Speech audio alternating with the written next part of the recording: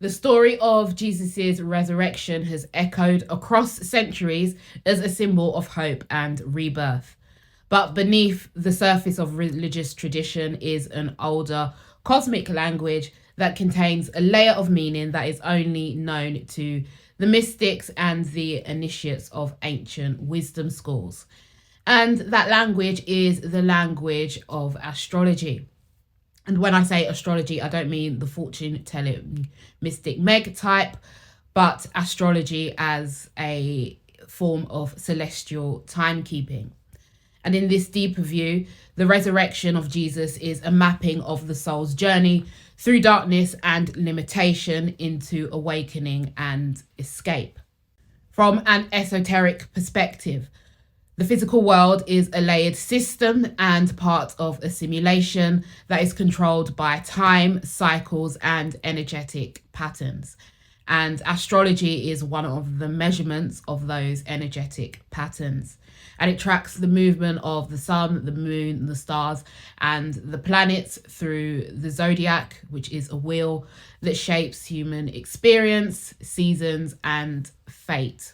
And real awakening occurs when we recognize those cycles and learn to move beyond them.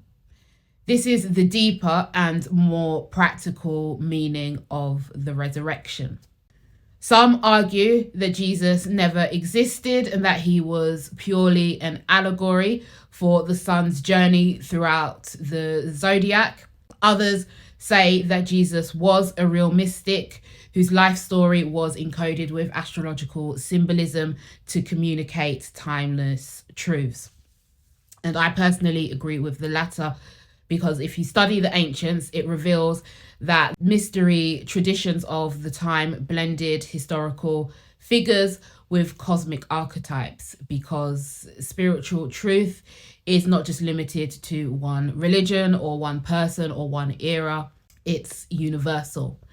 And that's why we get similar avatars across different cultures, like Osiris in Egypt and Dionysus from Greek. We have Mithras, who was Persian and Roman, and Krishna, who is Hindu, and so much more. And all of those figures are associated with themes of resurrection, rebirth, and redemption. So in this way, Jesus is both a man who was a spiritual guide and a deeper cosmic symbol. Astrologically, Jesus' death and resurrection mirrors the pattern of the sun's journey throughout the year. The crucifixion represents the death of the sun back in December at the winter solstice, when daylight is at its weakest. The 3 days in the tomb corresponds to the sun's pause, where its movement appears still for 3 days after the solstice. And the resurrection symbolizes the return of light and the increase of daytime and the triumph of life over darkness. The story of Jesus, especially his death and resurrection, has similarities to stories that people told about nature and the 4 seasons.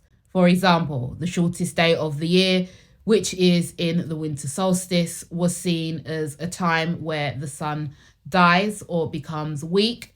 And then after this, the days gradually become longer again, and it's as if the sun is coming back to life.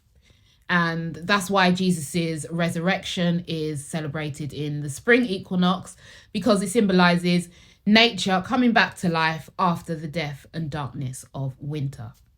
The number 12 has always held deep symbolic meaning.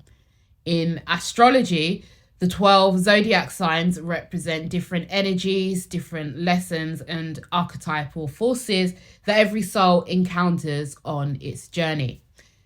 Many esotericists believe that the 12 disciples correspond to the 12 zodiac signs, because Jesus is the sun, and the sun symbolically moves through each archetypal lesson. Jesus' 12 disciples are symbols for the different lessons and challenges everyone faces on their personal journeys in their earthly lives. For example, when we meet an Aries, we must learn about courage and taking action, even when it's hard. When we meet a Scorpio, we have to face our fears and deal with darker emotions and possibly even deep loss. When we meet a Pisces, we have to let go of our pride and trust in something bigger than ourselves, and so on and so on and so on.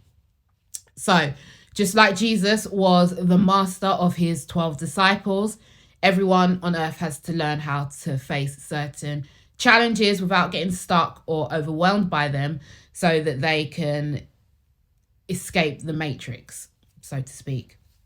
To resurrect in the esoteric sense is to awaken from the illusion of limitation and separation we call life, and move beyond the cycles of suffering, death, and reincarnation into the soul trap.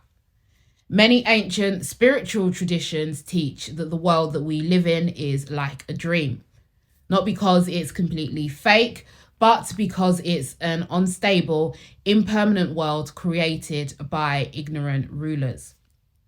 In a dream, things appear, shift, and dissolve based on what you, the dreamer, are focused on. And reality works in the same way. This world responds to thoughts, patterns, fears, and beliefs. But most people don't realize, because they're so deeply identified with the dream and the dream body and its physical senses. To be asleep in this world means moving through life, reacting to programs without questioning who created them or what exists beyond them. Most souls here are in that state of sleep, and they loop through cycles of work, suffering, shallow pleasures, and distraction. But the goal is to resurrect like Jesus. And I don't mean to make ourselves expire or anything like that. The goal in life is to see the program for what it really is. Then the soul will become less attached to it, and it can expand beyond it naturally. To resurrect is not to rise from physical death. It is to become lucid in this dream of separation that we are all experiencing. That is the blueprint that Jesus left behind for us. He did not want us to just worship him or just create a religion in his name. He wanted us to remember that, like the sun, you too will rise. Thanks for watching.